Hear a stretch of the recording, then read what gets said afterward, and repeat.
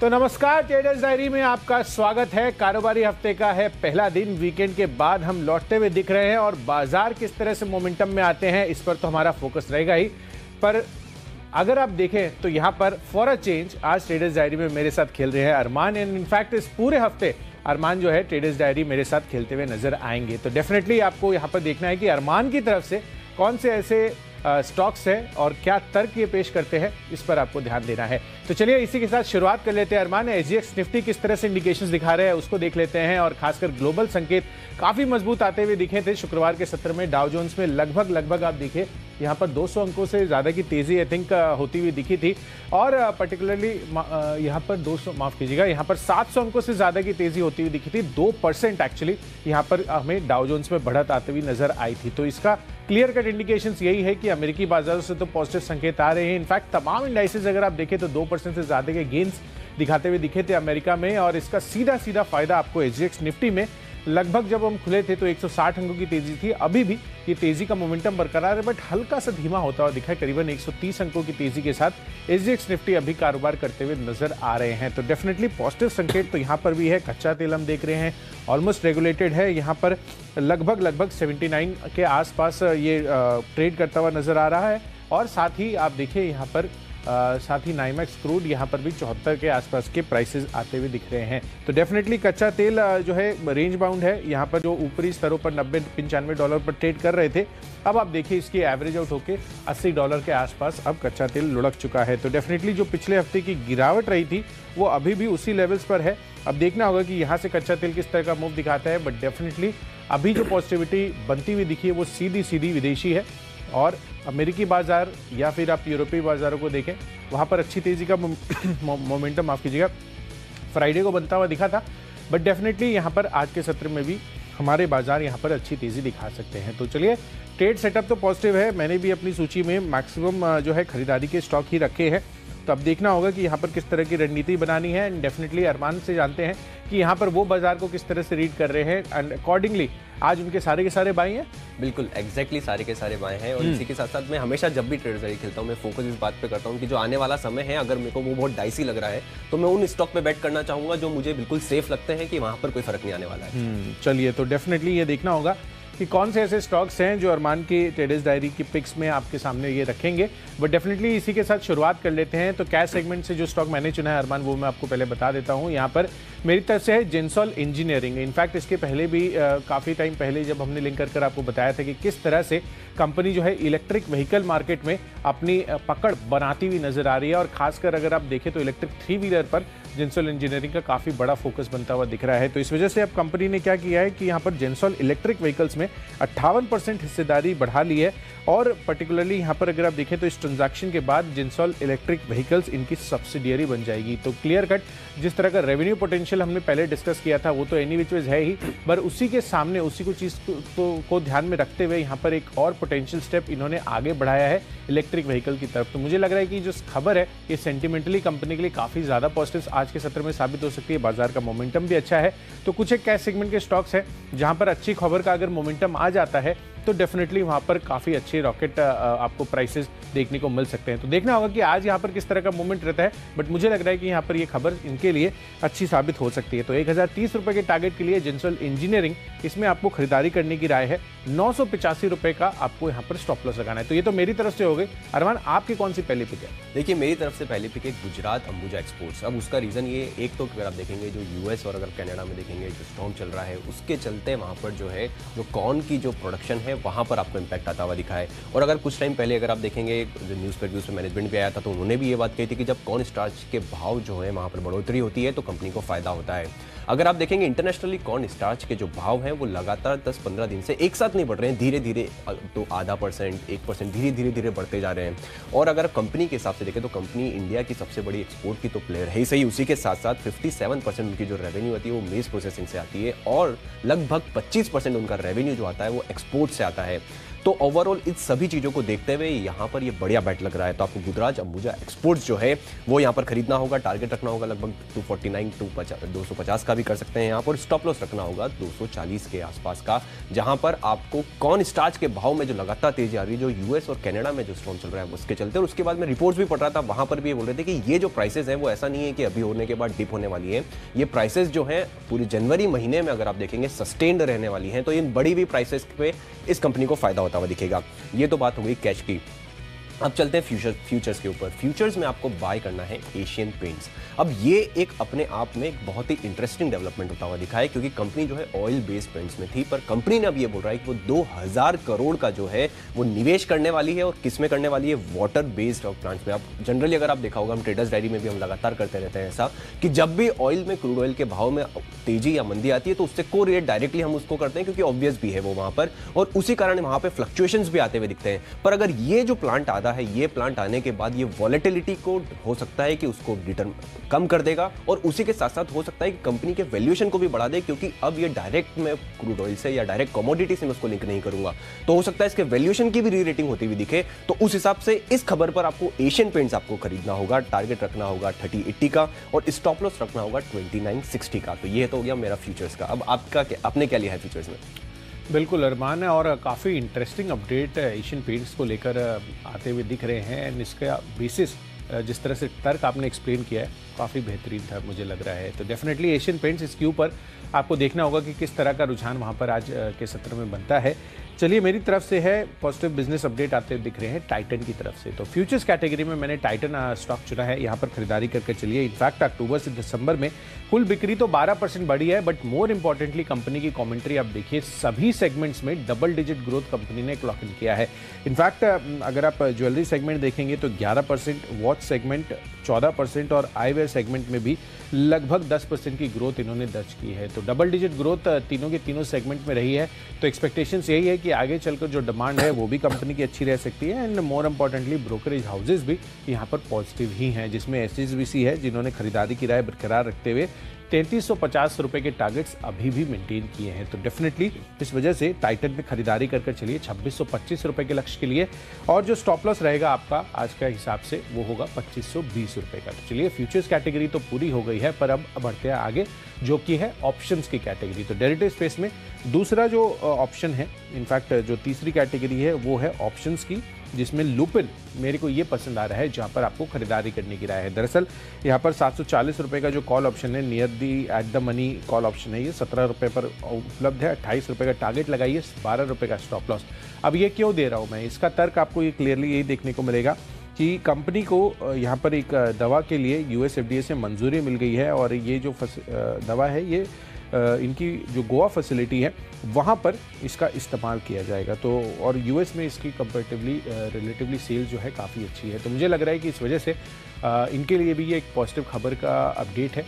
Lupin इस वजह से आपको खरीदारी करनी है, कॉल ऑप्शन खरीद कर चलिए एट द मनी, और यहाँ पर अच्छी तेज़ी इस वजह से बन सकती है। तो चलिए ऑप्शंस कैटेगरी तो मैंने बता दी है। अरमान आप क्या ले रहे हैं? देखिए मैंने एक स्टॉक लिया है वो है NMDC। अब पहले मैं आपको ये बताता हूँ, कॉल ऑप्शन जो है 122.5 का है, जिसमें आपको टारगेट रखना होगा 4.75 का, वो आपको मिल रहा है लगभग 3.65 पर, और स्टॉप लॉस रखना होगा 3.3 का। अब आप उसके ऊपर आप देखिए कि मेरा तर्क क्या है, क्योंकि देखेंगे ओवरऑल अगर आप देखेंगे इंटरनेशनली आयरन ओर के जो भाव है वो लगातार बढ़ते हुए जा रहे हैं। पहले एक ऊंचाई से लगातार नीचे गिरे थे, अब उसके बाद से अब धीरे धीरे लगातार बढ़ते जा रहे हैं। कुछ अगर पिछले अगर मैं 15 दिन की बात करूं तो 6% बढ़े हैं, और अगर मैं जो लो हुआ था जहां पर गिरावट आई थी उसके बाद नवंबर के महीने से लगभग 50% से ज़्यादा की बढ़ोतरी होती हुई दिखी है। तो ओवरऑल यहाँ पर जो है आयरन ओर के भाव में जो सपोर्ट लगातार मिलता हुआ जा रहा है, और जो निचले स्तर से जो एक तरफा उछाल आया है आपको पिछले नवंबर से अगर आप देखेंगे अभी तक, उसका कंपनी को हो सकता है यहाँ पर फायदा होता हुआ दिखे। तो इसलिए आपको यहाँ पर NMDC का कॉल ऑप्शन करना होगा बाय।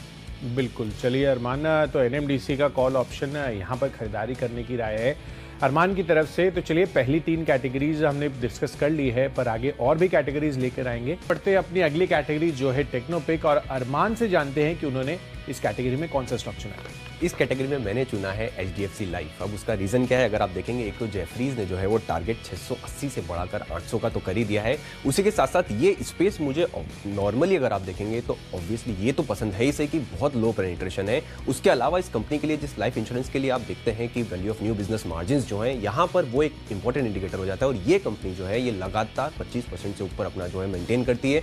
उसी के साथ साथ अगर आप परसिस्टेंसी देखेंगे, मतलब 13 मंथ्स का या 61 मंथ्स का जो यहाँ पर नॉर्म्स होता है, मतलब 12 महीने के बाद क्या आप रिन्यू करा रहे हैं या फिर 5 साल के बाद क्या वापस रिन्यू करा रहे हैं, वो कंपनी का बढ़िया आता हुआ दिखा है। अगर आप 87% और 51% अगर 5 साल के बाद भी परसिस्टेंसी रेशियो है तो ये कंपनी के लिए बढ़िया होता जाता है।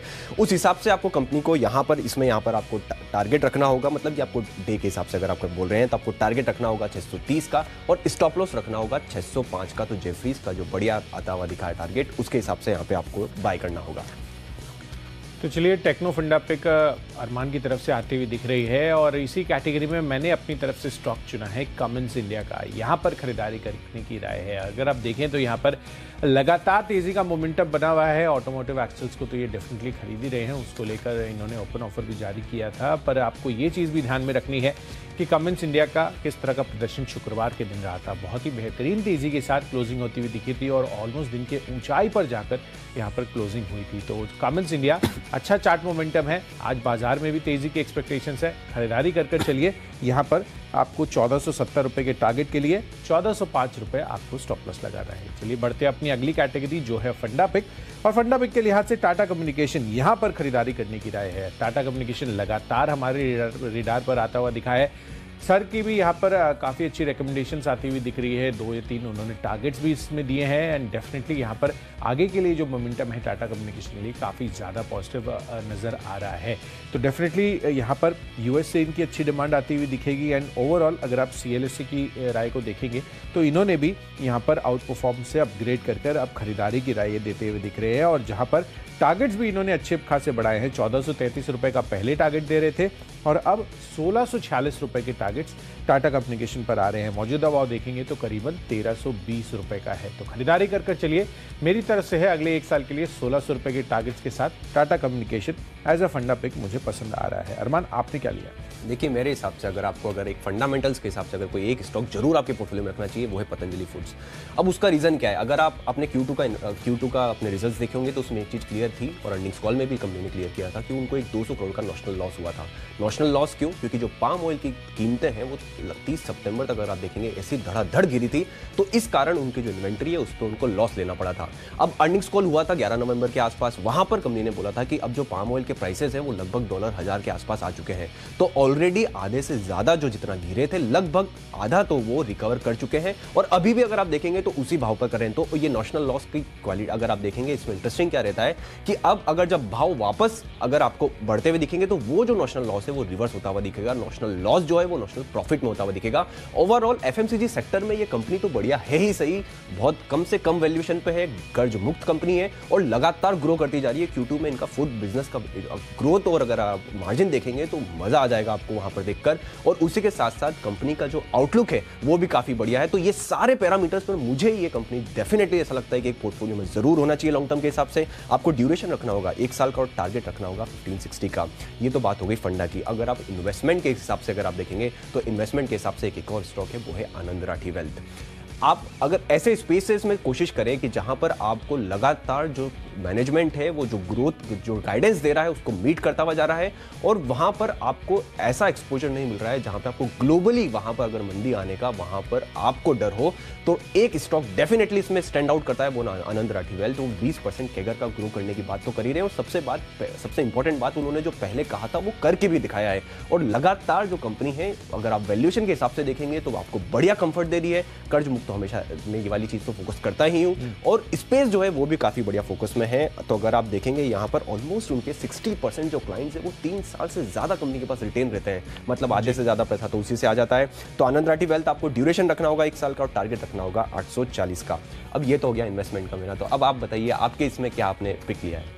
तो डेफिनेटली अरमाना, और यहाँ पर पिक के लिहाज से भारतीय एयरटेल यहाँ पर खरीदारी करने की राय है। दरअसल अगर आप देखेंगे तो टेलीकॉम स्पेस से में अगर किसी को वोडाफोन आइडिया के लॉस का सबसे बड़ा फायदा हो रहा है तो वो है भारती एयरटेल। वो डेफिनेटली जियो भी है रेडार पर, बट कहीं ना कहीं ब्रोकरेज हाउसेस को भारती एयरटेल पर और ज़्यादा कन्विक्शन आता हुआ नजर आ रहा है। तो डेफिनेटली जो पूंजी जुटाने की दिक्कतें लगातार वोडाफोन आइडिया को हो रही है, सब्सक्राइबर काउंट गिर रहे हैं, भारती एयरटेल का काफ़ी अच्छा खासा गेन्स हो रहा है। तो इस चीज़ को ध्यान में रखते हुए ब्रोकरेज हाउस CLSA ने अपने टारगेट्स भी रिवाइज कर दिए हैं। करीबन यहाँ पर 930 रुपये से बढ़ाकर 1040 रुपये के लक्ष्य अब ये देते हुए दिख रहे हैं। तो मेरी तरफ से तो 1000 रुपये का टारगेट बनता ही है।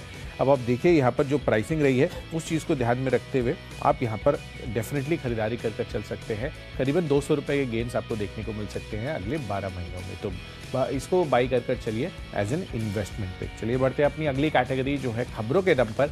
एंड खबरों के दम पर अरमान मैंने स्टॉक चुना है कल्याण ज्वेलर्स का। तो टाइटन की तरफ से तो पॉजिटिव अपडेट आते हुए दिखे ही हैं। इनफैक्ट इन्होंने भी अपने Q3 अपडेट्स जारी किए हैं एंड मोर इम्पॉर्टेंटली सिटी की भी राय आती हुई दिख रही है, जिन्होंने खरीदारी की राय बरकरार रखते हुए इनके पॉजिटिव अपडेट के बाद टारगेट्स बढ़ा दिए हैं। 125 रुपये का लक्ष्य पहले दे रहे थे और अब 146 रुपये के टारगेट्स ये भी देते हुए दिख रहे हैं। तो यहाँ पर भी सिग्निफिकेंट अपसाइड पोटेंशियल दिख रहा है। तो खरीदारी कर इसमें भी चलिए 124 रुपये के आसपास के टारगेट के लिए आज का इंट्राडे गेन्स आपको देखने को मिल सकता है 117 रुपये के स्टॉप लॉस के साथ। देखिए खबरों के हिसाब से जो मैंने स्टॉक चुना है वो है गुजरात पीपावा, क्योंकि अगर आप वहाँ पर देखेंगे जो उनके ऑपरेशनल नंबर्स आते हुए दिखे हैं वो बढ़िया आते हुए दिखे हैं। अगर 20 इक्विवेलेंट यूनिट्स की अगर आप कंटेनर्स की बात करें तो वहाँ पर आपको 22% का उछाल है। वहीं अगर आप ड्राई बल्क जो उन्होंने टोटल वॉल्यूम जो है वो कैटर किया है वो 46% का उछाल आता है। सभी पैरामीटर्स पर आपको जो दिख रहा है वहाँ पर बढ़िया आता हुआ दिख रहा है। तो यहाँ पर ये बढ़िया ऑपरेशनल नंबर्स के चलते आपको बाय करना होगा। टारगेट रखना होगा 99.1 का और स्टॉप लॉस रखेंगे 95.5 का।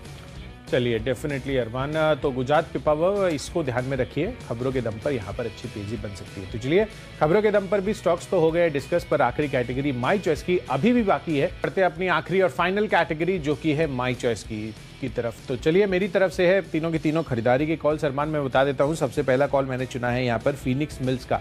जिस तरह से पॉजिटिव यहाँ पर मंथली बिजनेस अपडेट आते हुए दिखे दिसंबर महीने का, वो काफ़ी ज़्यादा इंटरेस्टिंग है और इस वजह से मुझे लग रहा है कि यहाँ पर आज आपको तेजी कर चलनी चाहिए। तो 1460 रुपये के टारगेट के लिए फिनिक्स मिल्स में खरीदारी कीजिए 1400 रुपये के स्टॉप लॉस के साथ। दूसरा कॉल है नेशनल फर्टिलाइजर पर। यहाँ पर भी अप्रैल से दिसंबर तक का जो अपडेट आता हुआ दिखा है वो काफ़ी इंटरेस्टिंग है। इनफैक्ट यहाँ पर अपडेट में अगर आप ग्रोथ देखेंगे तो एग्रोकेमिकल बिजनेस में लगभग 146% की ग्रोथ आती हुई दिख रही है। तो इसको ध्यान में रखते हुए नेशनल फर्टिलाइजर 77 रुपये के टारगेट के लिए खरीदारी कर चलिए 71 रुपये के स्टॉप लॉस के साथ। और आखिरी कॉल है मेटल स्पेस से हिंदुस्तान कॉपर पर। हेडलाइंस में भी आपको बता रहे थे कि किस तरह से कॉपर के प्राइसेस में तेजी होती हुई दिखी थी और ओवरऑल अगर आप यूएस में मेटल इंडेक्स भी देखेंगे तो 4 से 5% की ग्रोथ वहां पर भी हुई थी। तो दो तर्क है जिस वजह से मुझे लग रहा है कि यहां पर तेजी रह सकती है। 120 रुपए के टारगेट के लिए खरीदारी कीजिए, 112 रुपए का स्टॉप लॉस लगा रहा हूं। देखिए माय चॉइस के हिसाब से मेरे इसमें भी तीनों बाय कॉल है। उसमें सबसे पहला है सांगी इंडस्ट्रीज, क्योंकि जैसा हम सीमेंट सेक्टर में अनुमान लगा रहे हैं कि लगातार कंसोलिडेशन होगा तो ऐसी कंपनियां जो ऑपरेशनली काफ़ी एफिशिएंट है उसको फायदा मिल सकता है। जिसमें अगर आप सांगी इंडस्ट्रीज की बात करेंगे जिनका EBITDA पैटर्न काफ़ी बढ़िया है और अगर आप रियलाइजेशन पैटर्न देखेंगे वो भी लगातार इंप्रूव होता जा रहा है। तो यहाँ पे आपको 1 साल के लिए खरीदना होगा, टारगेट रखना होगा C का। दूसरा स्टॉक हो जाता है एम्टार टेक्नोलॉजी। अब हाइड्रोजन फ्यूल की जो बात हुई है जिसमें तो ये एक बड़ा प्लेयर है, आने वाले समय में बहुत बड़ा मार्केट जो है इसके लिए हो सकता है। उसी के साथ साथ उसके अलावा भी अगर आप 2H के अगर रिजल्ट आप देखने वाले तो वो काफी बढ़िया आने वाले, एक्स्ट्रा ऑर्डिनरी रिजल्ट्स आने वाले हैं और कंपनी का टारगेट ये भी है कि वो आने वाले समय में भी इसको मेंटेन रख सकती है। तो इसलिए एम्टार टेक्नोलॉजी भी आपको बाय करना होगा, टारगेट रखना होगा 1850 का। और अंत में अगर बात करेंगे लास्ट माय चॉइस में तो वो है अनूप इंजीनियरिंग, क्योंकि अनूप इंजीनियरिंग का जो 2H है वो तो काफी बढ़िया आने वाला है। उसी के साथ साथ अगर आप देखेंगे तो कंपनी जो है डेट फ्री तो है ही, ऊपर इनका जो मेन खेड़ा का जो प्लांट है जिसके बाद इनकी ऑपरेशनल एफिशिएंसी और जो टॉप लाइन काफी बढ़िया होने वाली है वो Q4 FY23 से हो जाएगा। और उसी के साथ साथ कंपनी जो ग्रुप है वो तो काफी बढ़िया है ही सही। तो ओवरऑल स्पेस बढ़िया, ऑर्डर बुक सब चीजें बढ़िया हैं। तो अनूप इंजीनियरिंग में भी आपको बाय करना होगा, टारगेट रखना होगा 1130 का, ड्यूरेशन 1 साल का। तो चलिए सभी स्टॉक्स को तो हमने डिटेल्स में इंडिविजुअली बात कर ली है, पर एक जल्दी से क्विक रिकैप ले लेते हैं कि यहाँ पर हमने कौन से स्टॉक्स और लेवल सुझाए हैं। तो चलिए कैश सेगमेंट में मैंने आपको स्टॉक सुझाया है जिंसॉल इंजीनियरिंग का। यहाँ पर ईवी को लेकर जो खबर आती हुई दिख रही है वो इनके लिए पॉजिटिव है। साथ ही फ्यूचर्स कैटेगरी में पॉजिटिव बिजनेस अपडेट टाइटन का आया है। लुपिन US FDA से इनकी एक दवा को भी मंजूरी मिली है तो इसका कॉल ऑप्शन खरीद कर चलिए। कमेंस इंडिया यहाँ पर मोमेंटम काफ़ी अच्छा बना था शुक्रवार को। कैपिटल गुड स्पेस अच्छा लग रहा है। टाटा कम्युनिकेशन आपको फंडा पिक में अगले एक साल में 1600 रुपए के लक्ष्य दिखा सकता है। साथ ही भारतीय एयरटेल, यहाँ पर भी 1000 रुपए के टारगेट्स के लिए आप लंबी अवधि के लिए निवेश कर चल सकते हैं। पॉजिटिव बिजनेस अपडेट कल्याण ज्वेलर्स की तरफ से भी आते हुए दिखे हैं। सिटी ने भी अपने टारगेट्स बढ़ाए हैं और माई चॉइस कैटेगरी में फीनिक्स मिल्स, नेशनल फर्टिलाइजर और साथ ही हिंदुस्तान कॉपर यहां पर खरीदारी करने की राय है। इन सब में आज का जो मेरा बेस्ट पिक बन रहा है वो है भारतीय एयरटेल। अगले एक साल में 1000 रुपए के टारगेट्स आपको यहां पर भी डेफिनेटली देखने को मिल सकते हैं। सीएलएस से काफी बुलिश होता हुआ दिख रहा है इस काउंटर पर। देखिए, अब कर लेते हैं मेरे स्टॉक्स में रिकैप। सबसे पहले गुजरात अंबुजा एक्सपोर्ट, जो स्टार्च के भाव में लगातार बढ़ोतरी, उसका फायदा मिलने वाला है आपको।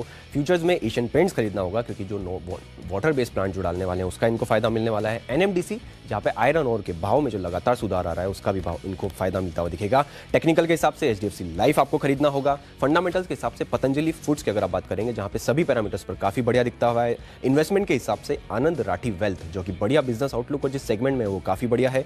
गुजरात पीपावा खबरों के हिसाब से, जहां पे ऑपरेशनली नंबर्स काफी बढ़िया आते हुए दिखेंगे। और माई चॉइस में सांघी इंडस्ट्रीज, एमटा टेक्नोलॉजी और अनूप इंजीनियरिंग, इस पूरे स्पेस में अगर आप देखेंगे काफी बढ़िया करते हुए दिखेगा। इन सब में अगर मेरा बेस्ट पिक देखा जाए तो वो पतंजलि फूड्स होगा। एक तो वैल्यूएशन सेक्टर बढ़िया और जो भाव में तेजी आई है उसका भी फायदा मिलता हुआ दिखेगा। तो बेस्ट पिक में पतंजलि फूड्स। तो चलिए, हमने सभी स्टॉक्स और उनके लेवल्स का तो रिकैप कर लिया है, पर किस तरह से आज कारोबारी हफ्ते के पहले दिन किस तरह से हमने ट्रेड करना चाहिए ये देखना काफ़ी इंटरेस्टिंग होगा। तो इसके पहले एक बारी एसजीएक्स निफ्टी किस तरह से ट्रेड करता हुआ दिख रहा है उस पर भी नज़र डाल लेते हैं। एसजीएक्स निफ्टी जब हम शो की शुरुआत कर रहे थे तो करीबन 160 अंकों की तेज़ी थी, बट अभी भी अगर आप देखिए तो अच्छी खासी तेज़ी यहाँ पर बनती हुई नजर आ रही है। करीबन 0.7% की गेन से 130 अंकों की तेज़ी के साथ यहाँ पर एसजीएक्स निफ्टी कारोबार करता हुआ दिख रहा है। तो सेटअप जो है वो काफ़ी मजबूत है। शुक्रवार के सत्र में भी अमेरिकी बाजारों में अच्छी तेजी हमें देखने को मिली है। तो इन सभी चीजों को ध्यान में रखते हुए आज का ट्रेड सेटअप आपको कैसे बनाना चाहिए, इस चीज को समझने के लिए सीधे चलते हैं शेयर बाजार लाइव में अनिल सर और दीपांशु के पास। Good morning. Good morning Kushal, good morning Armaan. देखिए, सूर्य कुमार यादव के बाद अब एसजेएक्स निफ्टी सेंचुरी मारने के मूड में है और नॉट आउट भी है। तो चलिए, मजबूत शुरुआत के लिए हो जाइए तैयार। हफ्ते की हेडलाइंस के साथ करते हैं शुरुआत।